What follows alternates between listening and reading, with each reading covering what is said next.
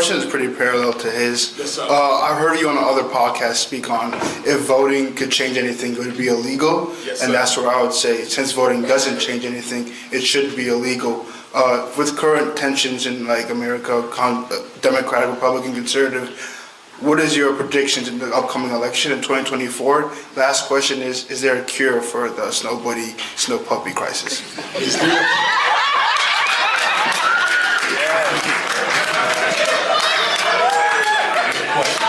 Great question. Come on now. Yeah.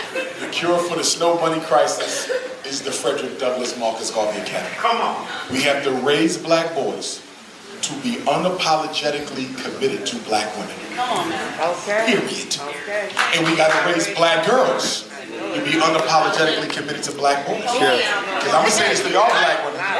I don't pick on y'all enough with y'all little snow bunny hunting with these white men.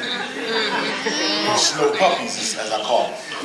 I pick on the men because I know sisters' choices are limited. But I'm also disgusted with black women who are going out here dating non-African men. Black women have been raped so much. Sojourner Truth was raped by her second slave master almost every day while she was a little girl. The white man has always had privilege of access to the black woman's vagina. Hundreds of years. Why would a black woman voluntarily give your vagina to a man who was able to take it whenever he felt like it for 400 years? There is nothing more disgusting than for a black woman to spread herself and let a devil climb into her heaven. Why in the hell would you want to carry a white man's seed? Why, black woman, would you want to carry a white man's seed? I love my sister Serena, and I'm jealous of that white man, because I wanted that.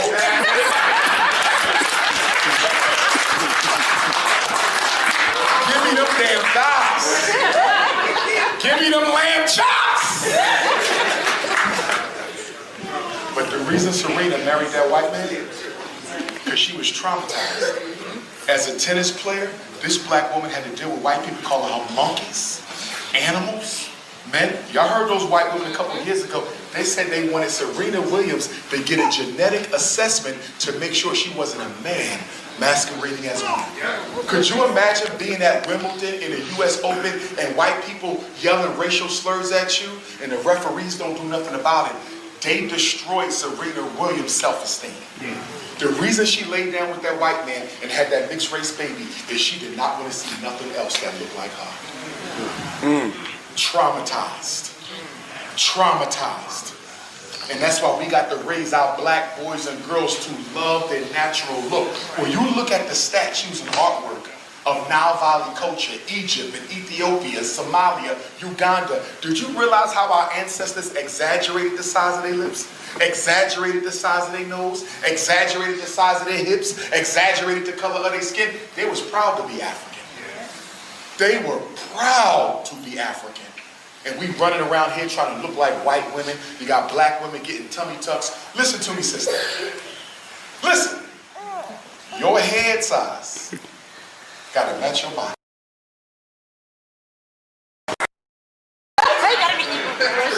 If you got a 50-gallon head like me, and you end up with a little girl body, somebody gonna know you had some artificial surgery. There's nothing worse than a black woman who's nice and curvy. I knew some sisters who was nice and curvy, went and got the white girl surgery, all skinny with a big ass head. It don't look good. Make sure your body match your damn head. And stop being so superficial. I can't believe you got black women going down to Mexico and Brazil getting these Brazilian butt lifts, and some of them dying and getting sick and catching AIDS through the needles and cancer. Come on, y'all, why y'all altering your bodies for? Stop doing that. For what? The most attractive thing to a man is a woman's self-confidence. It is not how you look, it is your self-confidence, because that's the closest thing you come to God. Work on your inner self, not your outer self. You got fake breasts? What you gonna do with those when you're 80 years old and they hurt? You got fake butt cheeks? What you gonna do when you're 80 years old and you carrying around all this fake butt? Are y'all thinking about old age? No, they're not thinking about You can't possibly be thinking about old age. Y'all gonna be in a world of trouble when you 70 and 80 and all these fake body parts. Cut it out. Eyelashes that look like a damn windshield wiper. Cut it out. Who's my number 4? Right there.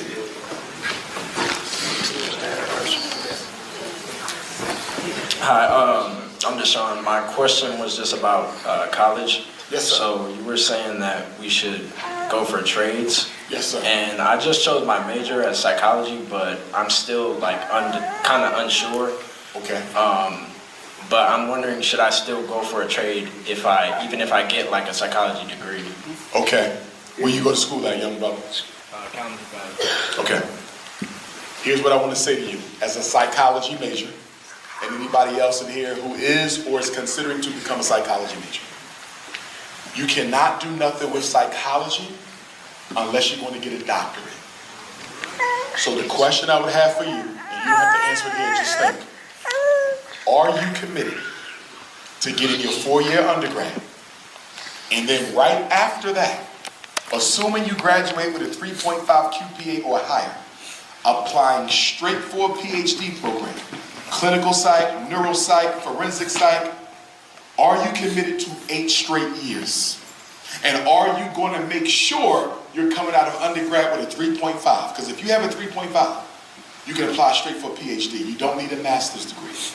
Master's degree are for people who didn't graduate with a 3.5 or greater, and you have to prove to the doctoral program that you can do the work. But you can be done in 8 years. But do you have 8 years?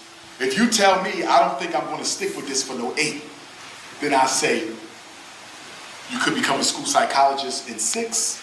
You could become a licensed professional counselor in 6. You could become a licensed clinical social worker in 6. But if you want to call yourself a psychologist, you need 8. I want you to meditate on that. We need more black psychologists, but I don't need you dropping out with all them student loans and you don't finish. So be honest with yourself. Next question. I went to a high school that was technical. I was in a barbering program. Scotland School for Veterans Children, Chambersburg, Pennsylvania. That's the city where Frederick Douglass met with John Brown before the 1859 Harper's Ferry Revolt. They made me drop out of the barbering program to go into college prep where I took calculus and physics. Guess how many calculus and physics classes I needed to get my bachelor's degree in psychology? 0. Those white folks had no business pulling me out of barbering. I regret not finishing the barbering program. I love being a psychologist, but if I also had my barbering license, when I come across these brothers on the street all doing the wrong thing, I could bring them right into my barbering program and teach them how to cut hair. So I could have still used a trade, even though I love being a psychologist. I want you to think about that, okay? It's not one or the other. You can probably do both. Who my number 5?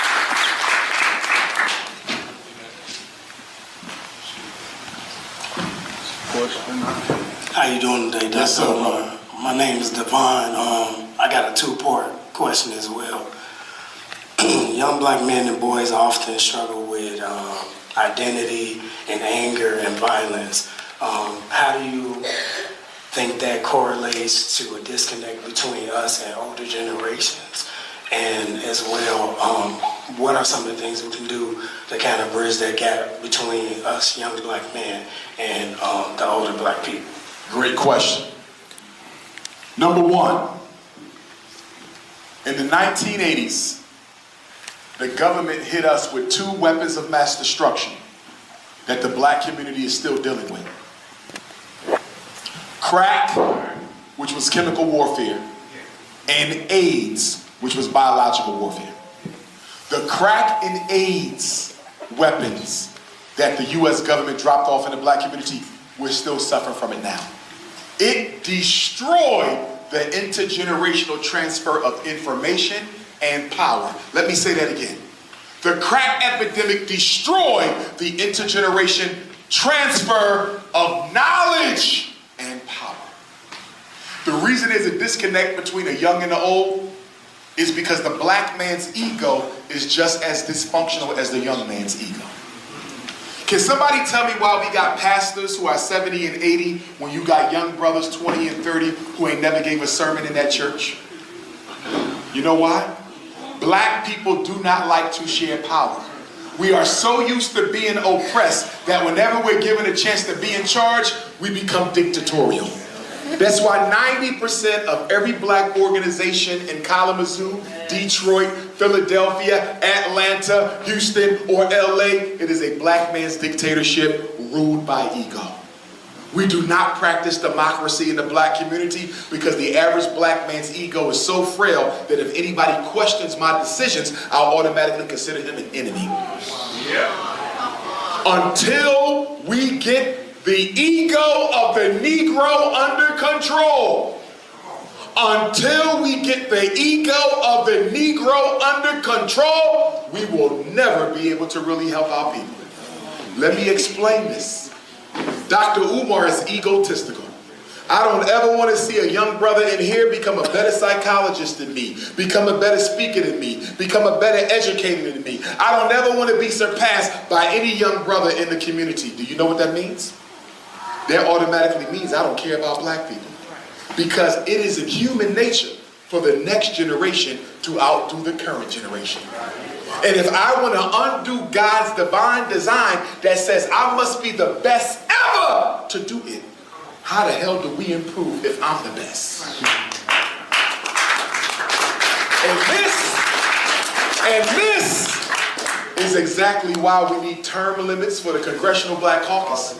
That's why we need term limits for the black church. That's why we need term limits for the Congressional Black Caucus. That's why we need term limits for all black organizations, because this isn't limited to men. Sisters got it bad too. And the only way we're going to overthrow that European consciousness within us, that oversized ego, is to make sure nobody is in power long enough to become a pharaoh instead of an elected position. Are y'all following me? We don't need no damn pharaohs in America. We need leaders who can serve for a period of time and then move on and let some fresh blood be given a chance. That's the problem that we have in black America. And that's why in our history, we've had black leaders come amongst us and claim to have been sent by God, or claim to have been God themselves. You know why? Because if I never want to be removed from office, if I got to convince y'all that I am the chosen one, and if I'm the chosen one, you'll never elect me out, you'll never force me out, you'll never overthrow me. That is why we have a whole history of prophets and messiahs, con artists who don't want to be removed from office. How many more, Will? Okay, let's do a queen, and we're going to do the queen who's been on the camera all night. So I just want to confirm, living in Kalamazoo 20 years, everything that you're saying. When my son was in the 2nd grade, quiet kid. They told me he was behind in one subject. We did exactly what you did. I went home, we worked on it. He was 2 grades ahead the following fall. Everything you said, they tried to put him on ADD meds, all of it.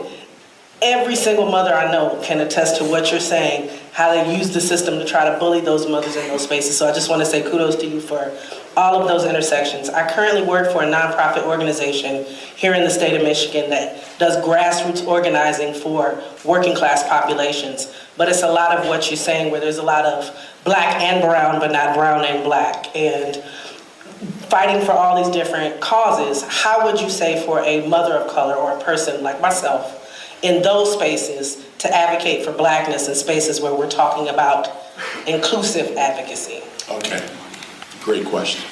Number one, you're not a woman of color, you're a black woman. Thank you. Stop calling yourself minorities. Stop calling yourself people of color. Thank you. Stop calling yourself disadvantaged, marginalized communities. These are words that the white man came up with to make black people think he's talking to you when he's really talking to all the other minorities except you. Right. See, when you allow them to call you people of color, then the mayor of Kalamazoo says we gave 25% of our business contracts to people of color. Right. And then when you say, well, how many of them was black? Well, we don't keep statistics on black, we keep statistics on people of color. So you see the Chinese got some business grants, and the Asians, and the Latinos, and the Arabs, and the poor whites, and black people ain't get shit. because you let yourself be grouped in with a bunch of non-blacks who don't like black people. Exactly. Black. Yep. I'm speaking for black people. When I walk into these meetings, I make them clear. I want what's best for the Latino boys. I want what's best for the Native American boys. I want what's best for the poor white boys, the Arabs, the East Indians, but guess what? I'm here representing black people. And I'm not interested in nobody else's complaints. Why? Because they got people to speak for them. They get more resources than we get. They got a better voice than we get. They are less of a threat than we get. So when I come to the meeting, I'm coming for black people. And I don't give a damn who think it's selfish. We better start being selfishly interested in ourselves. Exactly. If we do not become our priority, we're never going to overcome it. Two more points to this answer here. Number one, when the Frederick Douglass Marcus Garvey Academy gets ready, we're going to be holding trainings for parents. We're going to be having everything at FDMG. Black Women's Conference, Single Black Parent Conference, Conscious Singles Convention. For those of y'all who are conscious and you're looking for a conscious mate and all you can find is coons in Kalamazoo, you'll be able to come to FDMG and find you a conscious husband or a conscious wife. I'm serious. We got to have a dating system for conscious black people. Because we can't afford for no black man to get married to no coon. Because you will raise your kids to be coons. You know how many black women I hear from who've been married to black men and now she's elevating her consciousness, but he's still comfortable smoking weed all day with the boys on the corner, and now she's like, Dr. Umar, I don't want to separate from my children's father, but he's not trying to grow and I'm tired of being stuck. And they on the phone crying, Dr. Umar, what can I do? They don't want to leave the husband, but he's a coach. So I have to help conscious people come together so we can build a strong black consciousness community. So I'm saying all that to say that y'all gonna be spending a lot of time at FDMG whether you got students there or not. You a 2-hour ride to the airport. What's your closest airport? Is it DTW or y'all got somebody close? AZO. Kalamazoo got an airport. Which I got 2 airplanes and a helicopter.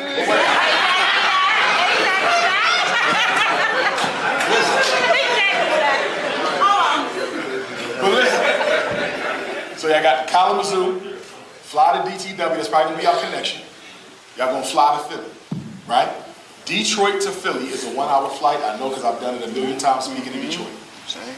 The front door of the Frederick Douglass Marcus Garvey Academy is 20 minutes from the Philadelphia airport. 20 minutes. So once you get to the Detroit airport, you are literally 1 hour and 20 minutes from our front door. I'm saying that to say that you want to start looking at what airlines give you the cheapest flight, round trip Detroit to Philly, or Kalamazoo to Philly, because y'all gonna be spending a lot of time at our school. We're gonna be having a Black Farmers Conference, Black Investors Conference. We're gonna start a conscious black credit union. We're gonna be doing a lot of good stuff at the school. It's gonna be a school in the daytime, but in the evening and the weekends, it's the Black Community Organizing Headquarters. We own it. No white money, no white grants. It is ours. So we can be there as long as we want. And if you want to work at the school, send me your resume. FDMG resumes with an S at Gmail. FDMG resumes at gmail.com. You must include a photo and a cover letter. Who are you and why should you work at my school? Don't worry about being certified right now. Independent schools have a separate certification process that I'll share with you if we decide to hire you. You don't have to pass the praxis. You don't have to have a Michigan State public school teaching license. The question is, can you teach something that our children need to learn? You might know how to sew. You want to come teach them how to sew. You might know how to fish. You want to come teach them how to fish. You might do documentaries. You want to come teach them documentary filmmaking. You might know how to do natural hair. You want to come teach the girls how to do natural hair because we will be opening the Girls Academy within 3 years of opening the Boys Academy next fall. You do African martial arts, come teach them African martial arts. You do gun and rifle training, come teach them gun and rifle training. You do nature and living off of nature, come teach them how to go camping and hiking. Do you have a skill that black boys need to learn? I got one brother, he's a shellfish crabber. He's going to come teach our boys how to go shellfish crabbing for shrimps and scallops and crabs and all that. And we're going to have a fish fry once a month to raise money for the school. I got another brother, he's going to teach our kids how to make their own shoes. And you know, it was a black man who developed the machine to tie the shoe to the bottom of the sole, Jan Mexlinger from Pennsylvania, so they're going to be making their own shoes. I got a black woman in D.C., she's going to donate 6 modern sewing machines, and she's going to teach the boys how to make their own clothes. FDMG, we changing the game on education. We changing the game on education. It got to be an education for liberation. They're going to be speaking African languages. They're going to learn how to plant and grow their own food. We're going to link up with some of the black farmers right here in Michigan and bring our boys up here for some intensive agricultural training. Do you not know that over 40% of our people were agriculturalists during the Great Migration when we moved up here? We gave up the agriculture for the factories, and after they got us out the agriculture for the factories, they shut the factories down. We got to get back to the land, get back to the earth. I don't know if y'all know this, but in African culture, the earth is a living, breathing deity. That's right. That when you dig into the earth, you are tapping into feminine energy, divine feminine energy. That to sit on the earth, to dig in the earth, to plant in the earth is a way to heal your soul. We got to get back to who we are as a people. I'm going to be coming back to Kalamazoo, just like I'm going to be coming back to Lansing. I'm working on my For Sisters Only book, so I'm going to be coming back to do a For Sisters Only seminar. I also want to come back to do a youth conference, a black men's conference, and I also want to come back to do my Black Parent Boot Camp training, which speaks to what you're speaking of, Queen, which is teaching parents how to effectively advocate for their children. The Black Parent Boot Camp is a 12-hour training. We go from 8 in the morning to 8 at night. You get lunch, you get dinner, and I teach you step by step the laws, the policies, the evaluation process, the civil rights amendments, the due process, all the disabilities. We go through the whole thing. By the time you are done with my training, you will be a master black parent advocate, and you can even go into business for yourself as an advocate. Some of the parents I've trained, they now get paid by other parents to go with them